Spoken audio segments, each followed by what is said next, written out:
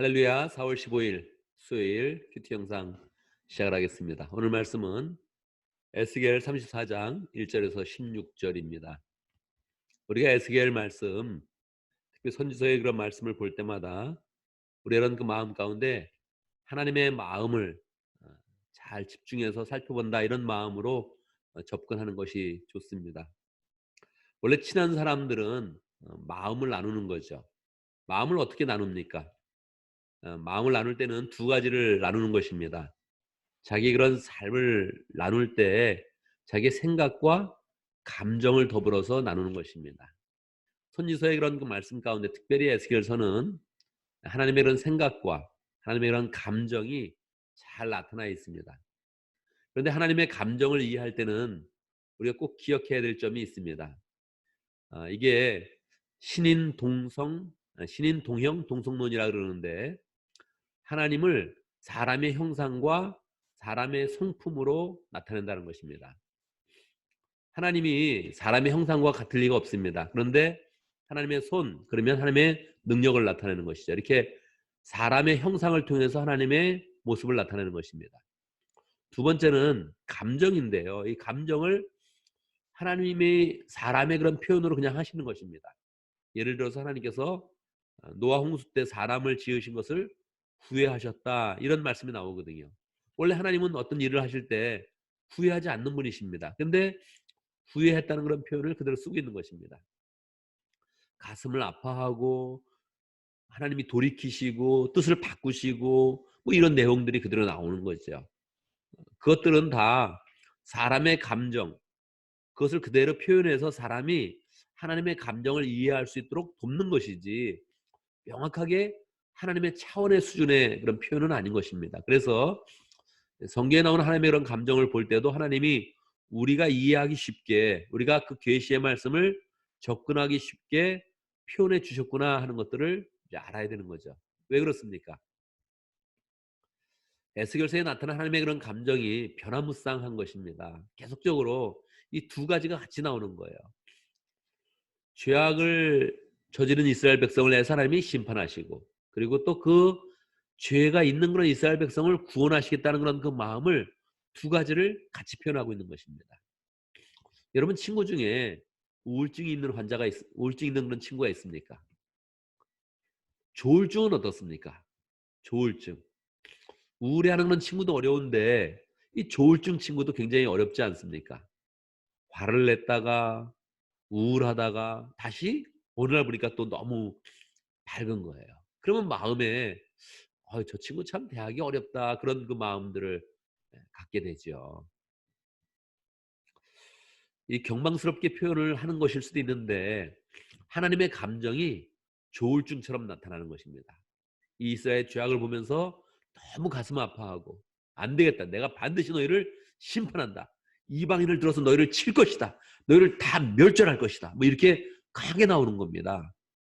그러다가 또 갑자기 바꾸어서 다시 내가 너를 싸매줄 것이고 회복시킬 것이고 돌이킬 것이고 너희를 세워주겠다, 뭐 이렇게 막 나오는 겁니다. 오늘 에스겔서 34장에도 동일하게 이렇게 반복되고 있습니다. 그래서 이 두 가지의 그런 감정의 표현 중에서 우리가 하나님의 그런 그 마음을 알아가는데, 이 감정이 조울증처럼 나타나는구나. 근데 왜 그러냐? 이게 우리에 대한 사랑이라는 거예요. 이게 우리에 대한 은혜라는 거예요. 하나님의 법칙으로 그대로 적용을 했으면 그냥 심판으로 끝나는 거죠. 근데 그럴 수가 없는 하나님의 이 마음을 우리가 헤아리면서 보면 말씀에 더 큰 은혜를 받을 수가 있게 되죠. 오늘 말씀 에스겔서 34장 1절, 주님께서 나에게 말씀하셨다. 이 에스겔서는 주님께서 에스겔에게 말씀하시고 그것을 그대로 코테이션해서 기록이 되어 있기 때문에 하나님의 말씀이 그대로 우리에게 들려지고 있죠. 사람아, 너는 이스라엘 목자들을 쳐서 예언하여라. 너는 그 목자들을 쳐서 예언하여라. 나 주 하나님이 이렇게 말한다. 자기 자신만을 돌보는 이스라엘 목자들에게 화가 있을 것이다. 목자들이란 양떼를 먹이는 사람들이 아니냐. 그런데 너희는 살찐 양을 잡아 기름진 것을 먹고 양털로 옷을 해 입히기는 하면서도 양떼를 먹이지는 않았다. 오늘 에스겔 34장은 하나님의 심판과 구원이 나오는데 두 가지입니다. 심판과 구원이 같이 나오는데 이 심판에 대해서는 특별히 목자에 대해서 나옵니다. 이스라엘의 지도자에 대해서 책망을 하고 있는 것이죠. 여러분, 지도자에 대한 그런 책망을 할 때 여러분의 마음이 어떻습니까? 내가 지도자라면 나에게 대해서 말씀하시는구나 이런 마음을 가질 것이고, 내가 지도자가 아니라면 어떤 지도자에 대해서 하나님이 책망을 하시는구나, 그래 요즘 지도자들이 참 문제야, 이렇게 생각을 하겠지요. 우리가 늘 지도자라는 그런 그 마음을 잘 가져야 됩니다. 우린 더구나 또 목자 아닙니까? 교회 목장이 여러 목자들이니까 늘 지도자에 대한 책망이 있을 때마다 내가 참 지도자가 되지 말아야겠다 이런 마음보다는 지도자로서 더 큰 책임을 잘 가져야겠다. 내가 목원들에 대해서, 교인들에 대해서 리더십을 가지고 이 교인들을 더 잘 이끌어야겠다. 하나님의 마음을 가지고 이 교인들을 잘 이끌어야지. 하나님 맡긴 양무리를 잘 목양해야지. 이런 그 마음들을 가져야 되죠. 목자들에 대한 그런 책망, 이스라엘 지도자들에 대한 그런 책망이 계속 나타나면서 이 목자들을 심판할 것이라는 것을 하나님이 말씀하시고 34장 9절에 가서 그 분위기가 이제 바뀌는 것입니다. 분위기가 바뀌어서 하나님께서 구원의 그런 그 메시지를 펼치십니다. 에스겔서 34장부터는 전반적으로 뒤에까지 계속 이어서 하나님이 구원의 그런 그 메시지, 회복에 대한 그런 메시지를 풍성하게 주십니다. 근데 참 아이러니하게 이미 34장부터는 33장부터인데 이미 33장부터는 이스라엘이 완전히 멸망한 거예요. BC 586년이 지나서 이제는 완전하게 이스라엘이 멸망한 상태인 거예요. 그 성읍이 멸망됐고 성전은 파괴됐고 이제 더 이상 희망이 없다, 그런 상황이 되는데 하나님은 도리어 그때 하나님의 구원의 손길을 펴면서 계속 회복의 메시지를 주고 있는 것입니다. 9절 어떻게 시작됩니까? 그러나 목자들아 너희는 나 주의 말을 들어라. 계속 책망하시고 심판의 메시지를 준 다음에 다시 새롭게 하나님께서 회복의 메시지를 주는 것입니다. 나 주 하나님이 말한다. 내가 그 목자들을 대적하여 그들에게 맡겼던 내 양떼를 되찾아오고 다시는 그들이 내 양을 차지하지 못하게 하겠다. 나쁜 영적 지도자가 있다면 이제 쳐서 심판하시고 양떼를 찾아오신다는 것입니다. 그러면 그 목자들이 다시는 양떼를 잡아서 자기들의 배나 채우는 일은 못할 것이다. 내가 이렇게 그들의 입에서 내 양떼를 구출해내면 내 양떼가 다시는 그들에게 잡아먹히지 않을 것이다. 그러면서 11절에서 이제 본격적으로 하나님께서 선한 목자가 되시는 그런 소망을 주는 것입니다. 참으로 나 주 하나님이 말한다. 내가 내 양떼를 찾아서 돌보아 주겠다. 어떻게 돌보아 줍니까? 이스라엘의 그런 죄악이 심했고 지도자의 그런 죄악이 심해서 이스라엘이 멸망의 길로 갔는데 하나님께서 내가 내 양떼를 찾아서 돌봐주겠다, 그렇게 말씀하시는 것입니다. 13절 내가 여러 민족 속에서 내 양떼를 데리고 나오고 그 여러 나라에서 그들을 모아다가 그들의 땅으로 데리고 들어가서 이스라엘의 산과 여러 시냇가와 그 땅의 모든 거주지에서 그들을 먹이겠다. 지금 이스라엘이 완전히 멸망한 순간이거든요. 나라가 완전히 멸망해서 없어지는 순간이어서 에스겔과 포로로 잡혀왔던 모든 사람들, 이스라엘 사람들은 완전히 절망으로 빠지고 있는데 하나님은 도리어 완전히 소망으로 회복시켜서 다시 그 땅을 회복시킬 것이고 영적으로도 축복할 것이고 너희를 돌봐주겠다, 그렇게 말씀하는 것입니다. 어떻게 그럴 수가 있습니까? 이것은 이 34장에서 본격적으로 묘사하지는 않았지만 이것은 예수 그리스도의 그런 등장으로 시작되는 것입니다. 참 목자를 주는 것입니다. 거짓 목자가 있으니까, 좋지 않은 그런 목자가 있으니까 하나님께서 참 목자를 주시겠다는 그런 소망을 가득 담고서 확실하게 이야기해 주는 것입니다. 너희가 사실 회복된다. 땅도 되찾게 될 것이다. 돌아가게 될 것이다. 모든 것이 회복되는데 특별히 영적으로 다시 회복되어서 온전한 하나님의 나라를 이루겠다. 이런 그 말씀을 주시고 있는 것입니다. 그래서 34장 이후부터는 우리가 하나님의 그런 회복의 그런 말씀, 구원의 말씀이 어떻게 예수 그리스도를 통해서 성취될 것인가 우리는 조망을 하면서 이 말씀을 계속 살펴봐야 되는 것입니다.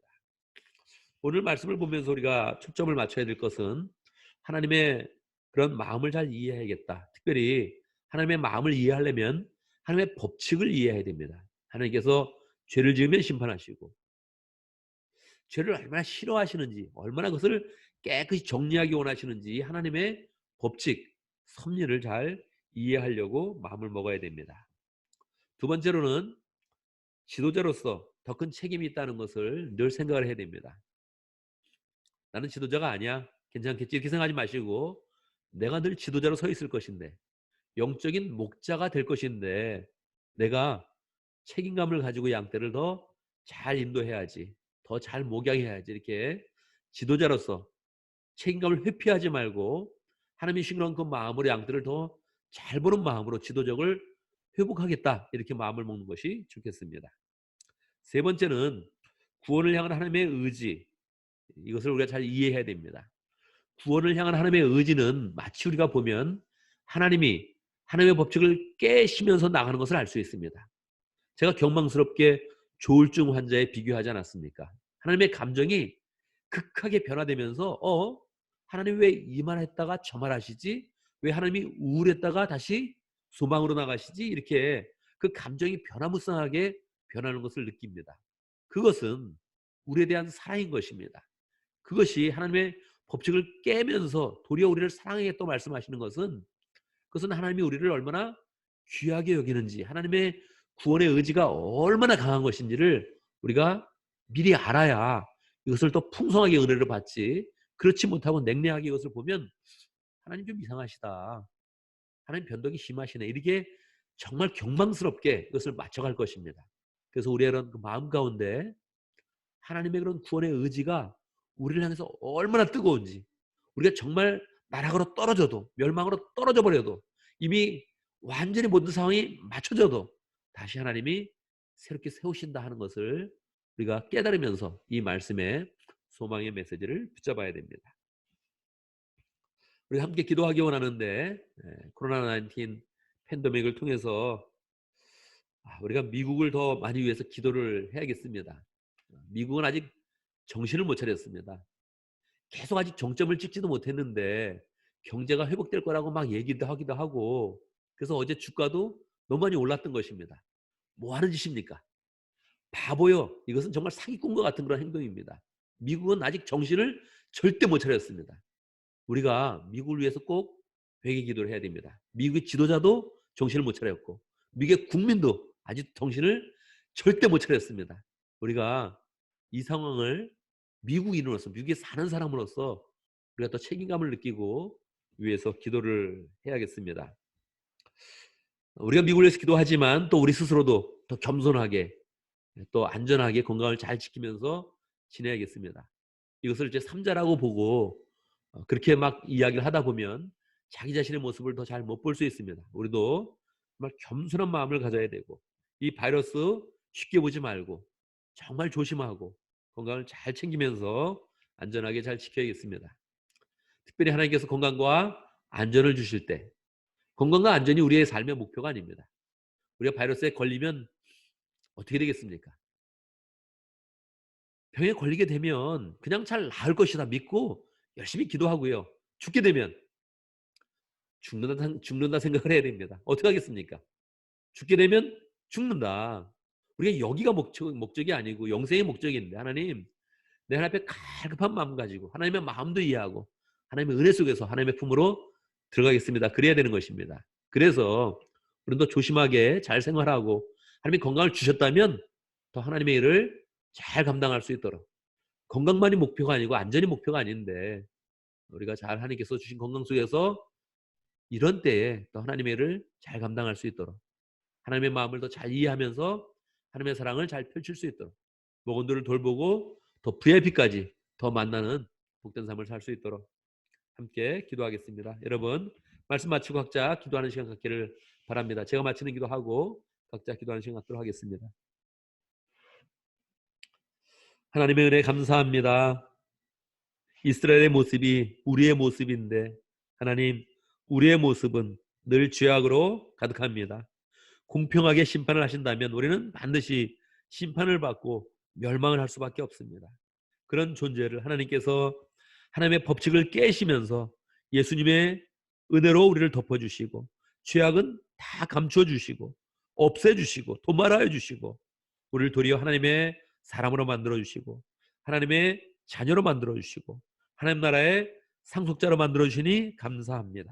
우리가 그 은혜 가운데서 하나님 더 사랑하고 하나님 뜻을 더 잘 실행하는 복된 사람 될 수 있도록 인도하여 주시옵소서.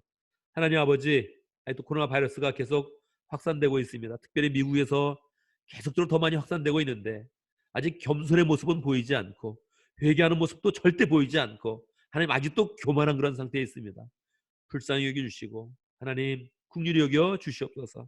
다시 마음을 낮추는 그런 가운데 하나님의 은혜를 바라보게 하시고 하나님의 도우심을 구할 수 있도록 인도해 주시고 우리도 하나님 아버지 더 겸손한 상태로 조심하게 하시고 건강을 잘 유지하게 하시고 하나님이 보호해 주시고 안전하게 해주실 때마다 우리가 마음을 더 적극적으로 먹어서 많은 사람들을 돌보며 목양하며 VIP를 전도할 수 있도록 축복하여 주시옵소서.